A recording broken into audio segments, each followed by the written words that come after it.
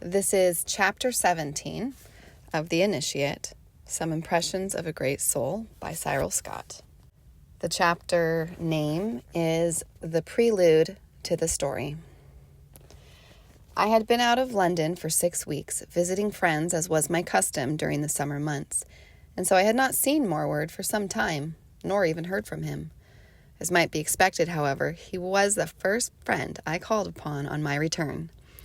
And although I called several times, in vain, I found him late one evening, and in the midst of a litter of papers and documents which had evidently just arrived in a large box. His greeting was tinctured with that true and genuine affection which was so characteristic of his entire personality, and he embraced me. "I will not ask," he said, "whether you have enjoyed your visits. I know you have, for I have been conscious of many of your happiest moments." Then he pointed to a litter of papers. "My daughter has passed over, and these are certain documents of mine which I left with her, and they have just arrived from Italy." I was about to express my condolences with considerable warmth of sympathy, but his smile nipped them in the bud, and made them seem as insignificant and childish as the giving of a sticky sweetmeat on the part of a 2-year-old to one of its elders. This man was beyond any necessity for sympathy, for to die evidently meant as little to him as to go to sleep. Not even death could perturb his eternal serenitude.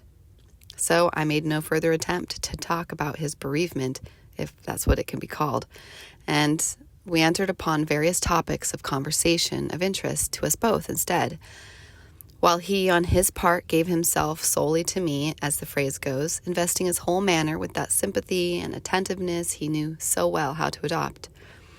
We must have conversed for some 2 hours when he looked at his watch and remarked, if I didn't mind, he would go on with the sorting of his papers, as certain legal matters had to be gone into without delay. But he added, "As the task is more or less a mechanical one, you will enliven it by your conversation. Don't go home yet a while." And nor had I any intention of going home, for to be once more in the company of Morward after so long an absence was to enjoy a spiritual bath, and I was glad to prolong it. Nevertheless, our conversational faculties had come for the time being to an end, and at most grown intermittent and tempered with long pauses. I occasionally relapsed into what were very near brown studies as I watched my companion bending over his papers, a task which was the aftermath of death and loss. And yet his face was as calm and untroubled as it ever had been. Nor, as I came to reflect on the matter, had it grown 1 month older in appearance since the time I met its remarkable owner some 10 years ago. Then he had looked 35, not a day older, though the thoughtfulness of his face had suggested the wisdom of greater maturity. But had not that unforgettable stout lady said he was well over 55, and now add 10 years to that, and here was this imposing riddle of a man, 65 years old of age, yet still looking well under 40. And I thought to myself, surely it can't be true. And that good lady must have been the victim of idle gossip. And then even this possible solution was knocked on the head, for I reflected further.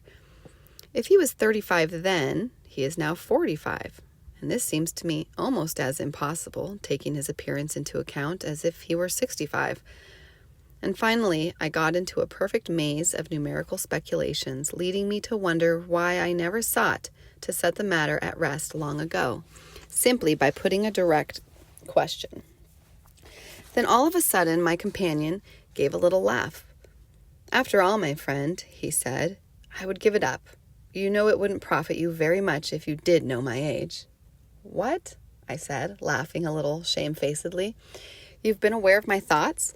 "Well," he replied, "you know, if you put as much vim into them as all that, what else can I do?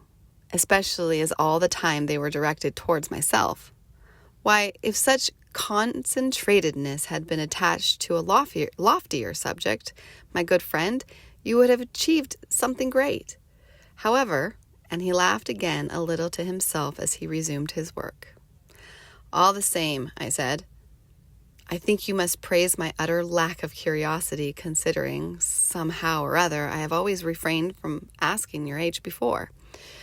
Oh, certainly you shall have the palm for your discretion. But there is a little method known to occultists to prevent people from asking awkward questions for their own good. But, I urged, what could it matter if I did know your age? Those who have no secrets need tell no lies, he said. To adjust an old proverb to our present purpose, in other words, I don't want to place you in the position of having to tell a falsehood should anyone question you respecting my age. The fact is, as you know, I fear the hampering influences of notoriety. Besides, there would hardly be one old, elderly, or trifle faded lady who would leave me in peace, though my secret were practically useless to her. It is hardly so simple as rubbing cold cream on the face every night before going to bed, and yet it is more natural. Let a man be led a certain sort of life, the life indicated by the rules of the order and prolongation of youth accrues quite naturally of its own accord. I stroked my iron gray hair and wished I knew these precious rules and how to live up to them. But aloud I said, well, it is as I expected, because, after all, I hardly think a totally unvain man would bother whether he looked young or old, let alone take infinite pains to appear the former, like a society woman. And Morward merely smiled. Then suddenly he tossed a manuscript towards me. One of my few literary efforts, he remarked, and written in my extreme youth. I had quite forgotten my daughter possessed it. The ink had faded to sepia. The paper on it, which it was written, was musty. It must have been 50 years old, if a day. You see, I rely on your discretion, my friend, he observed, for I am aware you are regarding it as a rather telltale document. More thought reading, I said, laughing. Oh, come, deduction might account for that. Well, never mind, I said. But may I read it? He nodded. But you will throw it in the waste paper basket afterwards. Oh, surely not, I objected. He laughed. Well, if you want to read it, do so now and then return it. And then I read one of the most poetic things I had ever encountered in the domain of occult literature. There was a compelling flow and musicality about the language which spoke direct to the soul, as well as a certain quaintness of phraseology. Indeed, as pure sound, it had a flavor of that exquisite fragment of Edgar Allan Poe called, if I remember rightly, Silence, a Fable. But the contents were entirely different, of course, and its expressiveness was totally original. It also seemed to me as if the writer must have known Sanskrit, or Sanskrit literature, to a considerable extent, for it was tempered here and there with Oriental parable. The impression on me was so great that as I came to the end, I thought how deplorable it was that a man with such literary powers should be content to refrain from using them to his utmost. Such a thing totally surpassed my understanding.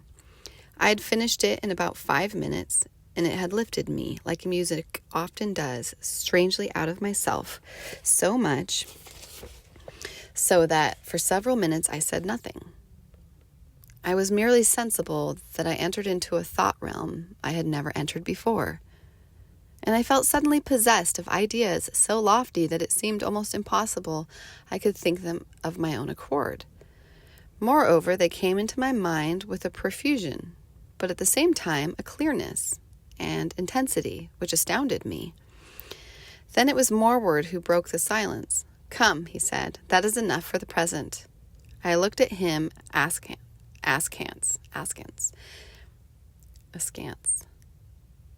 My soul and body felt absolutely jubilant and vitalized. Wonderful, I exclaimed. It lifted me into a new spiritual world. He laughed. Not quite, he said. How not quite? I asked. You do talk in enigmas sometimes. Well, you flatter my literary capacities, he observed, smiling. But they are not as great as you suppose. But I objected. My dear friend, I've never had such ideas as after reading that manuscript. It simply worked magic. That is just your delusion, he said simply. Suppose it were possible for you to read my thoughts. But it isn't, I returned. Not if I directed them towards you and you were in a receptive mood, he insinuated. I looked at him, astonished.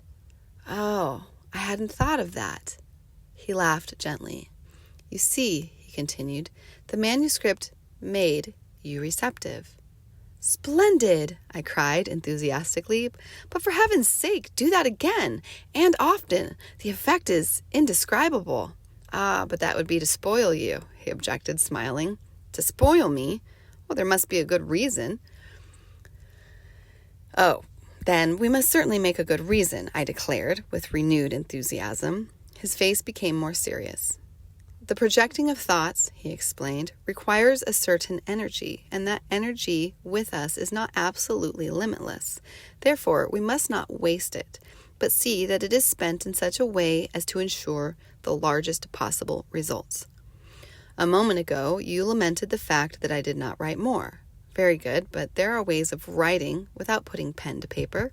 That is to say, ways of writing through others, putting ideas into their heads and leaving them to elaborate those ideas and set them in a framework of their own choosing. Now, if you were to write a story, for instance, I began to comprehend. You would impress the ideas upon me, you mean? Precisely. That is, I would do so now and then, and you would work them out in your own way. But would you have to be present? I asked. He smiled patiently. I wonder you put that question with the knowledge you have acquired. Oh, it was foolish, I admitted, sensible of the gentle rebuke. But how can I hold myself receptive? Partly by an effort of will, which you could greatly aid by reading something of a certain mantra mystic value, as you did a moment ago. I looked at him questioningly. The sound of a certain combination of words, he explained, has a magical value, and so can awaken receptive or clairvoyant states.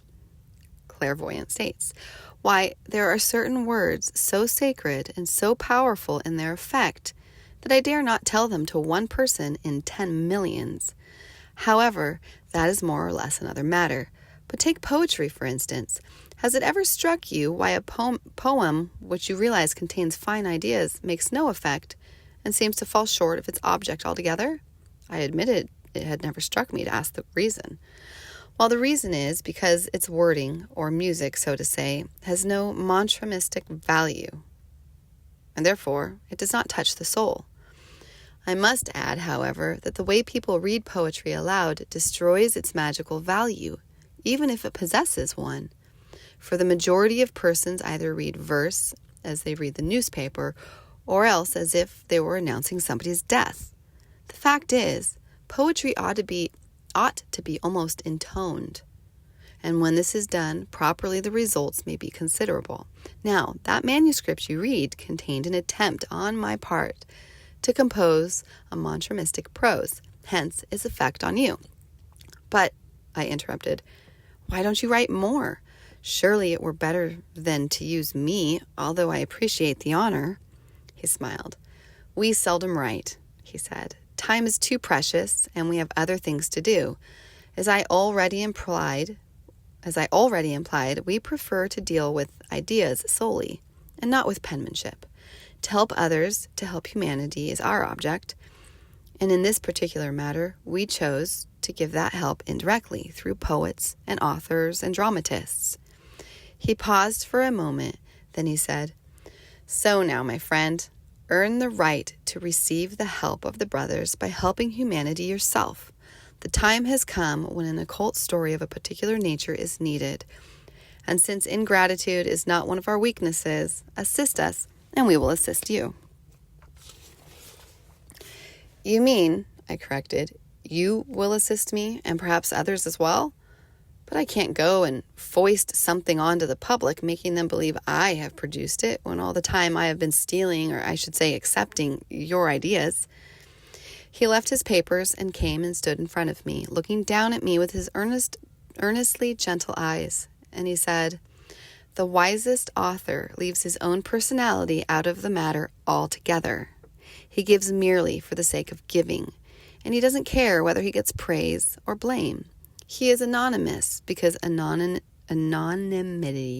is, for certain species of moral philosophical literature, the most expedient course, precluding all prejudice on the part of the public at large. Don't you see, for instance, that if the Bishop of London writes a book, all the Church of England adherents will read it, and not one Roman Catholic, whereas if nobody knew that the Bishop of London had anything to do with the matter, it is possible that everybody might read it. How marvelously practical you are, I exclaimed enthusiastically. Well, be that as it may, you see my point? But, he continued, that is not all, for every author has his admirers and detractors, and these read and avoid his works as the case may be. And yet, what about the contents of the works themselves, the ideas, the arguments, everything? Why, their effect is always flavored by the fame and name of the author, or conversely, his absence of fame and name. Ah, thinks Mrs. Smith, so-and-so wrote that, therefore it must be all right, or all wrong. For trite as the saying is, humanity in mass is like a flock of sheep. It follows the dog it thinks barks the loudest. He sat down in a chair opposite me, placing the tips of his fingers together and his elbows on the armrests. True altruism, he observed meditatively, must ever be divorced from vanity, and the more this maxim is carried out, the greater will be the result. For there is yet another factor in the matter. Inspiration, which is really receptivity, is a thing of the heart, and the purer the instrument, the greater the inspiration. Now, the type of soul who can say, what does it signify if my name is attached to my work? For in reality, the work is not mine, but I am merely a medium. This type of soul ever calls to himself the noblest ideas. And so, my beloved friend, your difficulty is solved, and you need have no qualms in using our ideas if you will adopt the expedient of anonymity. And I assure you, you will be well repaid for your renunciation in other ways. I shall be repaid by the pleasant feeling of gratitude, I said. And you forgive me for having read your thoughts, seeing I had a good object? Well, indeed I do. And so this is how I came to write the story which constitutes part 2 of these impressions, and which I wrote after Justin Morward Haig's departure, thus receiving his ideas despite the intervention of thousands of miles of space, a fact going to demonstrate at least the possibility of telepathy, if nothing else.